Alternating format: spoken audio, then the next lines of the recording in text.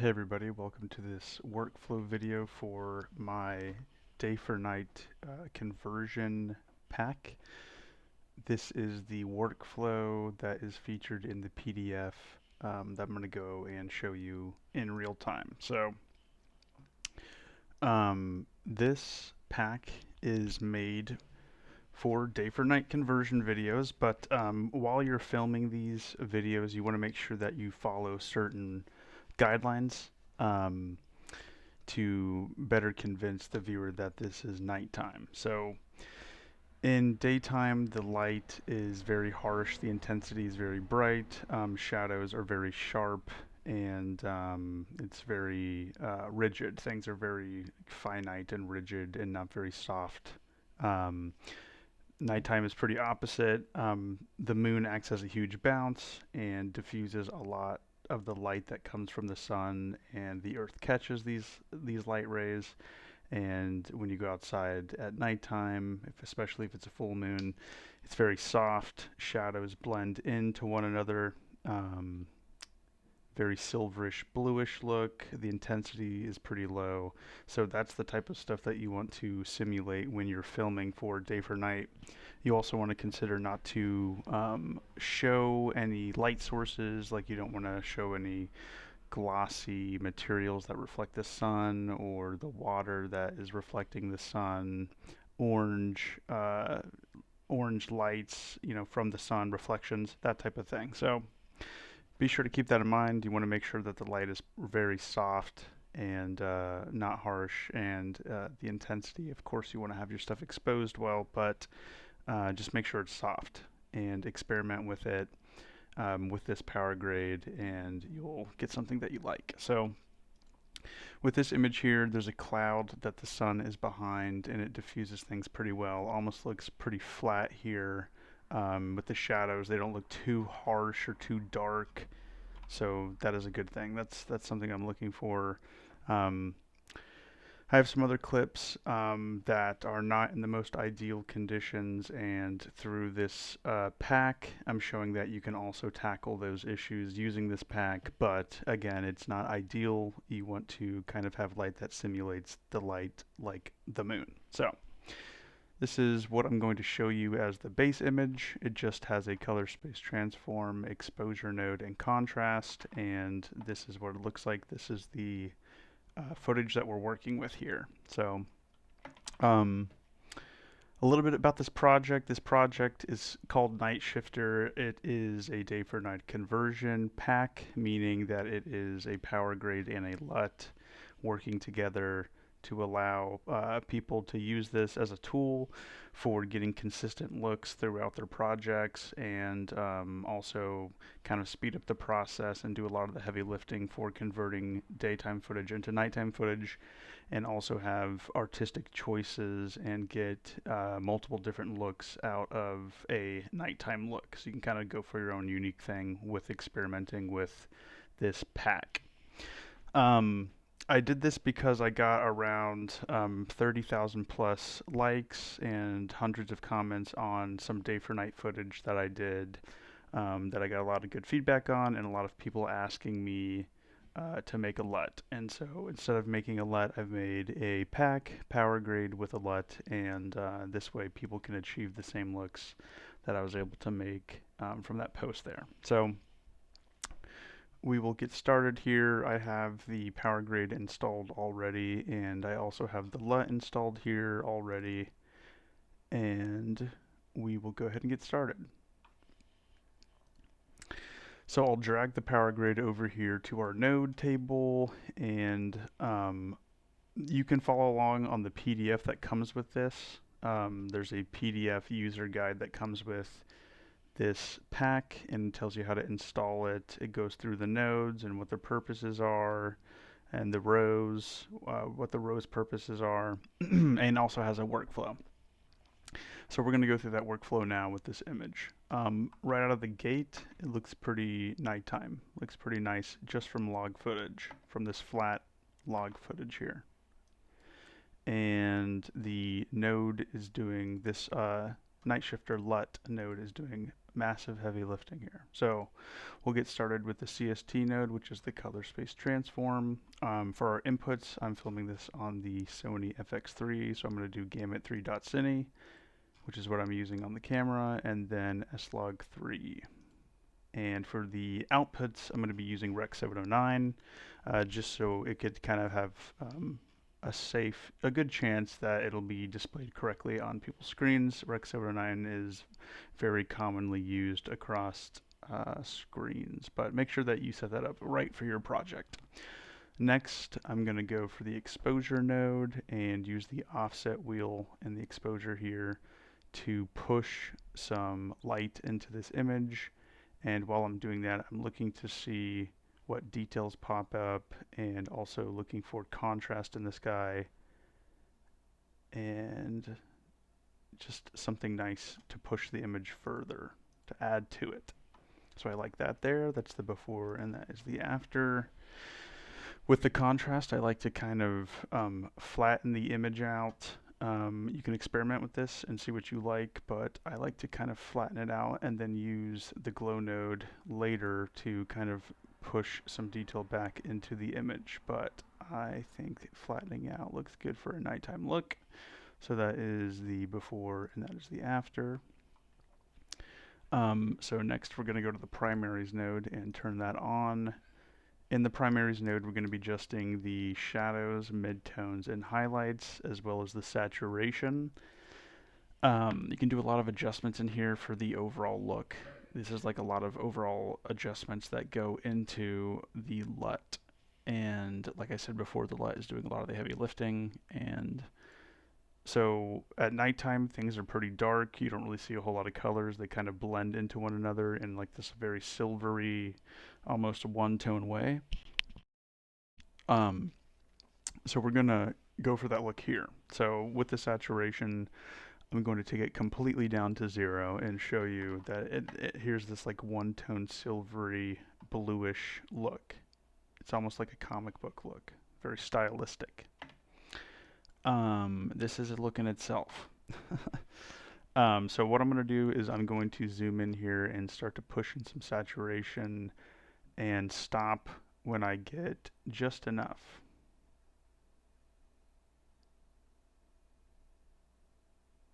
So I'd say right around there looks good to me.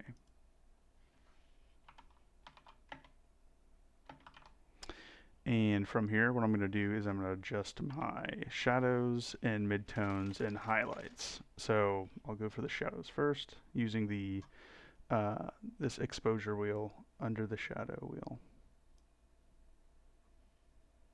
So if I go all the way down, I can see that this affects mostly here, these shadows under the trees, and up into this left bottom corner here. So I'll reset that and kind of keep an eye on that when I'm adjusting it now. So that does good for me. Then I am going to use the highlights and then I'll hit the midtones last. So with the highlights, I'm going to push the highlights to kind of get like a full moonish look. So I'm going to push the highlights up. It's brightening up the sky, it's brightening up the shed, it's putting a little bit more visual information and interest into these clouds up top. So I'm going to find a spot that I like, I think about right there, and stop. We could also go back to the contrast and adjust this and see if we want to change any of that. I'll say something around there, looks good to me. So for the primaries, this is the before and this is the after, and then we will adjust our midtones here and pull them down. So with the midtones, I like this gradient that's happening up here in the sky. I'm going to pull the midtones down till I get something I like up there.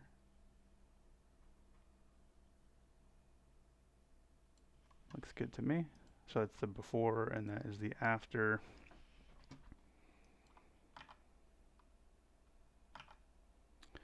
And if this shed right here at the front of it is looking too blue to you, or the overall image is looking a little bit too blue to you at this moment, we are going to be able to adjust that or even push it further if you'd like. So out of the primaries node, we're going to go to the glow node and switch that on. And then hit the FX tab at the top right of your screen.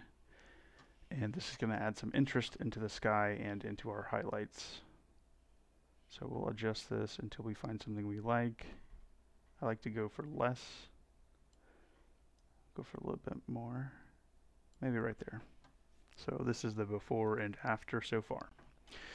We'll adjust the rest of these options here, starting with the shape and spread segment. So for spread, just adjust like you did with every other option, kind of just play around with it. Okay, something like that. Mess with the HV ratio now. Just kind of keep an eye on these details in the sky. We'll go for, I don't think the red is really going to do anything. I'll look around with the red, but I don't think I see some stuff on the shed happening. But I'm going to leave red alone for this image and then go into green and blue for the spreads.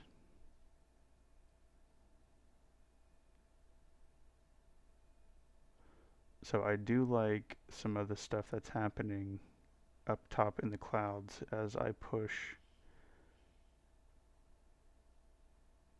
into the greens.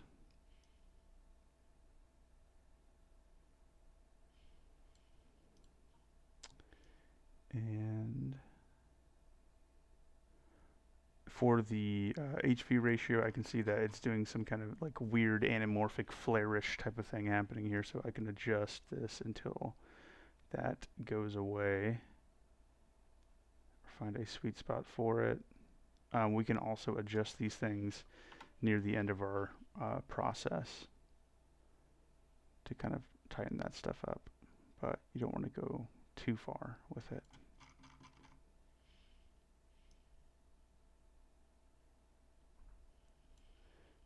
Let's reset these real quick. Make sure we get the best image here.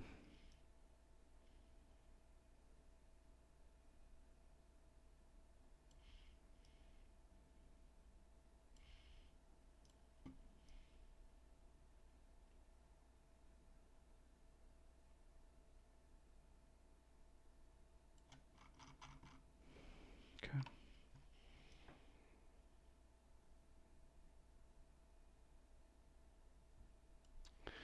Okay, looks good to me.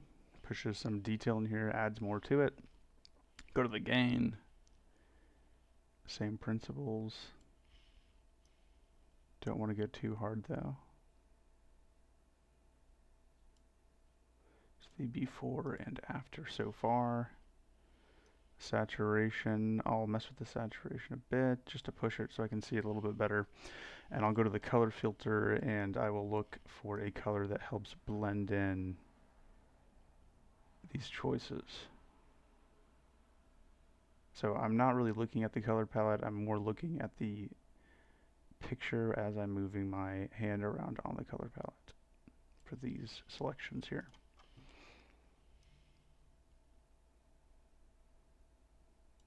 So you can go back in, start pushing some things around.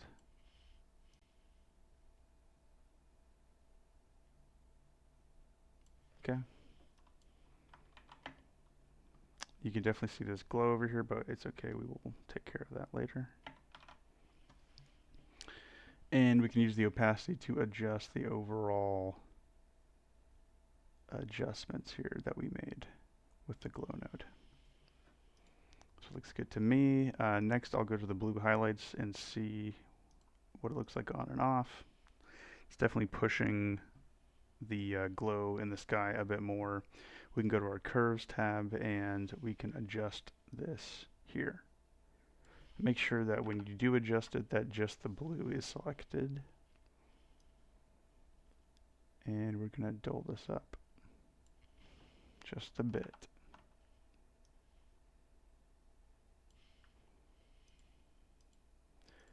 So it pushes it just very slightly, as you can see in the parade over here. So for this, I'll probably just leave that off for this specific image.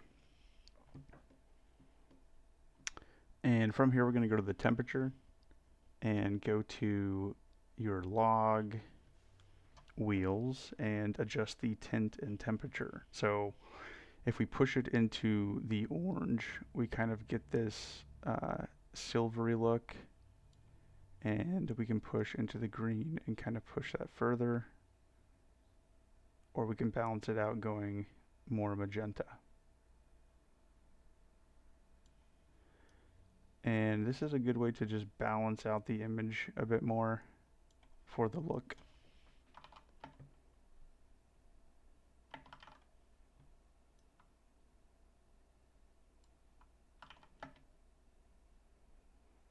Kind of go for your stylistic choices here in the temperature. And once we get something that we are happy with, we can move into these final nodes here for a final look. You can also use the HDR nodes to adjust even further your high dynamic range from the very darkest to the very lightest. Especially if you have an HDR monitor, that's definitely going to push the image even further. So for final looks, we can go into color 1 through 3, and you can use these as color separation or masks. So I'll show you real quick right here with color number 1. With this shed, I'm going to select it using here in my qualifier tab. I'm going to select it, and because it's before the LUT, it has a bigger image to see, like a lot more color to see. So I'm going to select the shed.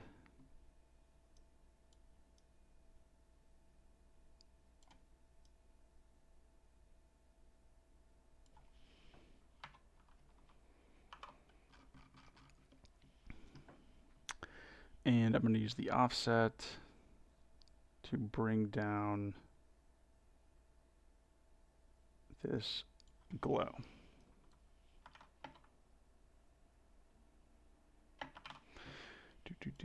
We can also go into the glow node and adjust some of this aberration that's happening here.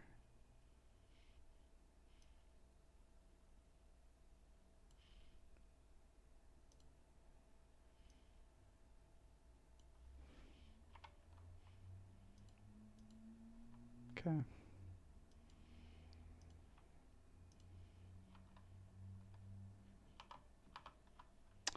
So that's with the color separation before and after.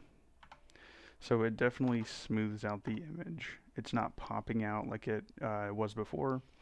And I think that could help it have a nicer, softer nighttime look instead of kind of like a very bright, almost distracting look. If you do like that, then that's good. You can keep it.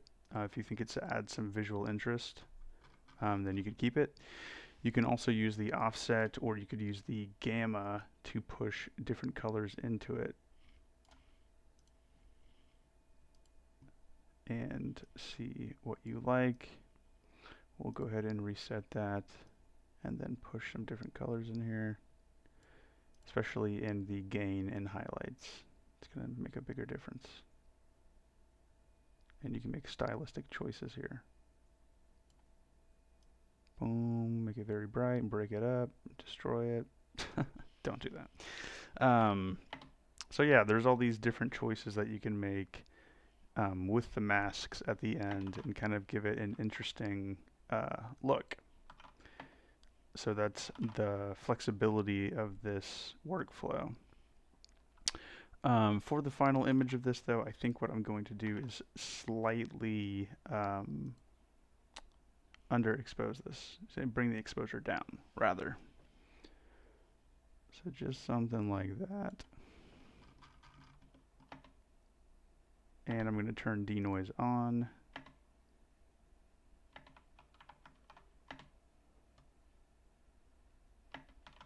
That's my final look. And you can have this off too and kind of go for a more moonlit look. And here is the before of the original image, and here is the after.